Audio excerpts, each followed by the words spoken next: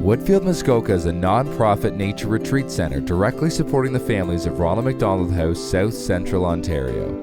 Woodfield helps families caring for a sick child through the healing, health, and wellness benefits of being in nature at Woodfield, a place where families connect, rejuvenate, and embrace the opportunity to reset their path towards wellness and joy.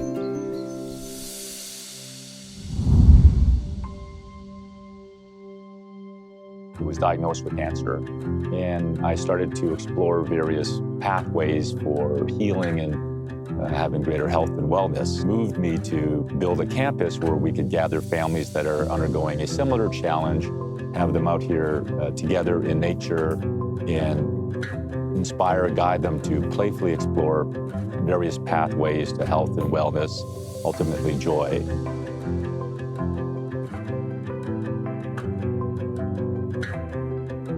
For the past 2 summers, our Ronald McDonald House families have visited Woodfield's retreat.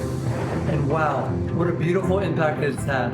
It's created lifelong memories for our families and therapeutic time to sit, reflect, and heal as a family unit.